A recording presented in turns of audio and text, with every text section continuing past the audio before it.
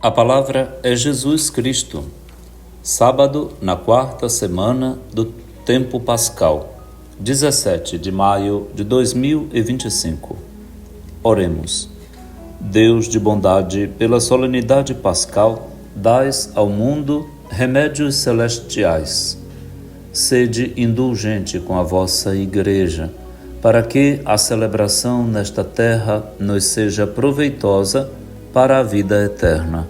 Por nosso Senhor Jesus Cristo, vosso Filho, que é Deus, e convosco vive e reina na unidade do Espírito Santo, por todos os séculos dos séculos. Amém. A liturgia da palavra de hoje tem na primeira leitura o texto dos Atos dos Apóstolos, no capítulo 13, versículos 44 a 52. O salmo responsorial será o Salmo 97, com 3 estrofes e o refrão entre elas. Os confins do universo contemplaram a salvação do nosso Deus.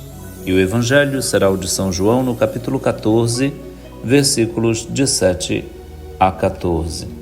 Escutamos parte desta leitura no domingo passado, quando São Paulo quis falar para os convertidos ao caminho, portanto já eram chamados de cristãos, em Antioquia, já com a presença de Barnabé, que verificou, tendo sido mandado de Jerusalém, as maravilhas que aconteciam em Antioquia, mas os judeus convertidos ficaram enciumados, porque os pagãos se aproximavam da comunidade e os irmãos convertidos a Jesus Cristo, vindos do judaísmo, ficavam cheios de inveja e com blasfêmias opunham-se ao que Paulo dizia.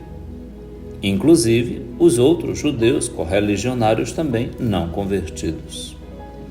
Então Paulo, diz Lucas nos Atos dos Apóstolos, com muita coragem, portanto com aquilo que se chama audácia, ousadia, parresia em grego, que é a ousadia que o próprio Espírito dá ao missionário, Paulo e Barnabé declararam: era preciso anunciar a palavra de Deus primeiro a vós. Mas como a rejeitais e vos considerais indignos da vida eterna. Que expressão dura, que expressão mais contundente. Vos considerais indignos da vida eterna? Sabei que nos vamos dirigir aos pagãos. Foi bem aqui que Paulo abriu as portas da igreja à missão junto aos gregos, aos de outras nações, porque primeiro se falava de Jesus aos judeus. Tanto que a pregação era feita dentro da sinagoga. Havia uma aceitabilidade muito tranquila inicialmente. Mas depois tudo virou, tudo se complicou. E é aqui então que Paulo deixa os judeus convertidos para o cristianismo e parte para as missões em outras terras, para ser luz das nações, como o Senhor havia dito, para levar a salvação até os confins da terra, como o salmista no Salmo 97 canta: os confins do universo contemplaram a salvação do nosso Deus. E aí, face a esta mudança de atitude, a este climão que se criou na comunidade cristã, os pagãos ficaram muito contentes quando ouviram isso. Claro, para nós também vai ter salvação, não só para estes fechados e indignos da vida eterna. Vai ter salvação para nós, que queremos conhecer Jesus. E então eles glorificavam a palavra do Senhor. É isso, gente. Às vezes os de casa, os de dentro, os que têm, os que recebem, até gratuitamente, não valorizam. Quem valoriza é quem está de fora. É quem está de fora, que pouco tem ou a quem pouco chega. Paulo aqui vive quase aquela experiência do santo de casa não faz milagre. Mas faria, se os de casa acreditassem.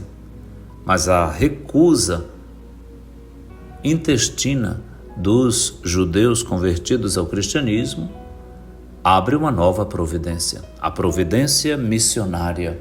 Nem tudo está perdido. Daqui em diante, então, a palavra vai se espalhando por todo lado.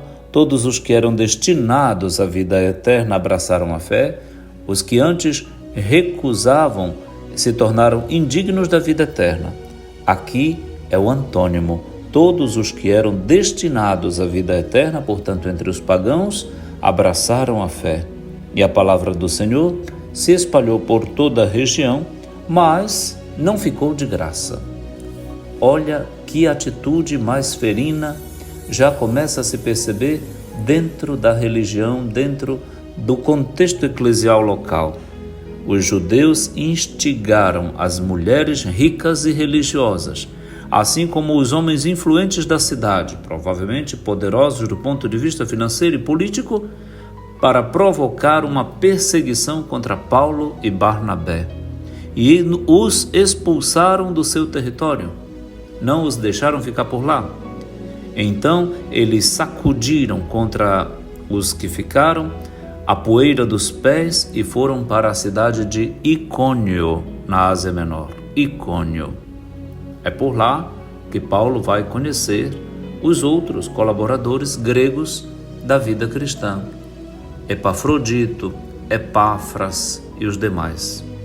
Os discípulos, porém, ficaram cheios de alegria e do Espírito Santo, enquanto os fechados, os reacionários, os refratários, os antiquados ficam para trás, sozinhos, bradando, a palavra toma a estrada e vai para frente, e o Espírito enche de alegria aqueles que, embora de fora, e até de fora dos esquemas que antes se tinha, se enchem da alegria própria do Espírito Santo. Isso está acontecendo nas nossas comunidades? Com certeza. Tem gente nas nossas comunidades que vive a síndrome de Gabriela. Eu nasci assim, isso aqui foi sempre assim, e não deixa mudar nada. Vou morrer assim. Que coisa triste, não é? Quando a gente vive nesta síndrome de Gabriela. Eu nasci assim, vou viver assim, porque aqui foi sempre assim. Pessoas que normalmente tomam conta de tudo na comunidade e fazem, inclusive, oligarquia eclesiástica. Meu pai era o coordenador, meu filho vai ser o substituto dele, o filho dele o substituto daquele, e assim vai se passando, inclusive quando se tem dinheiro também pelo meio, tudo em casa, tudo numa família só. Fica um governo oligárquico das nossas comunidades, das pastorais. É muito desafiador isso, muito triste. Não pode acontecer isso não, tem que se quebrar essas oligarquias. Claro, no voto, ou às vezes, quando é muito difícil escolher, no voto, fazer uma lista tríplice de nomes e apresentar ao pároco.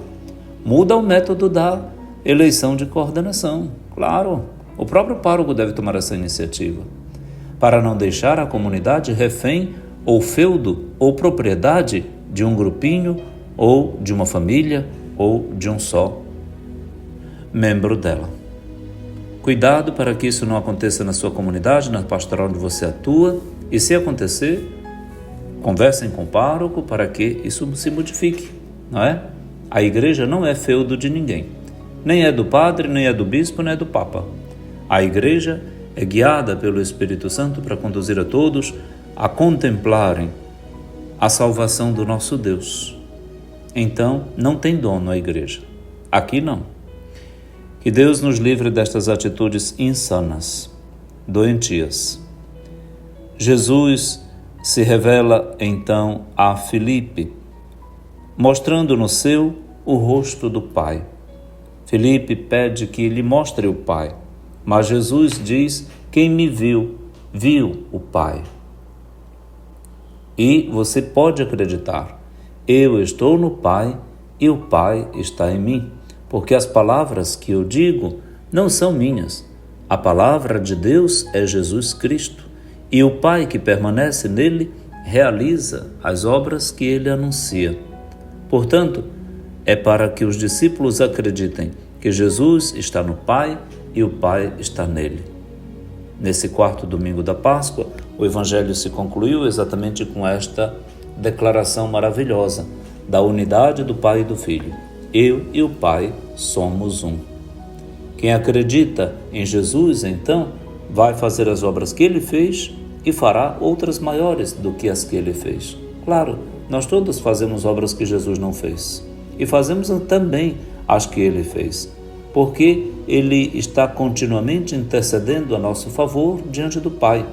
Por isso, tudo aquilo que a gente pede a Jesus em seu nome, ele nos ajuda a realizar. Nós vivemos num discipulado, numa apostolicidade, numa unidade com Jesus que não tem fim, exatamente porque é ele o dono da obra, o dono da messe, o pastor do rebanho. Nós somos apenas seus colaboradores, somos apenas seu rebanho, seu povo e seu rebanho. Que bacana viver assim na igreja, não é? Que sinodalidade entre nós, o Pai e Jesus, que sinodalidade entre o céu e a terra. Cultive isso e não deixe que ninguém lhe roube a sinodalidade eclesial. Ótimo sábado, sob o olhar benigno da Virgem Mãe da Igreja. Ave Maria, cheia de graça, o Senhor é convosco. Bendita sois vós entre as mulheres, e bendito é o fruto do vosso ventre, Jesus. Santa Maria, Mãe de Deus, rogai por nós, pecadores, agora e na hora de nossa morte. Amém. Abençoe-lhe o Deus Todo-Poderoso, que é Pai, e Filho e Espírito Santo. Amém.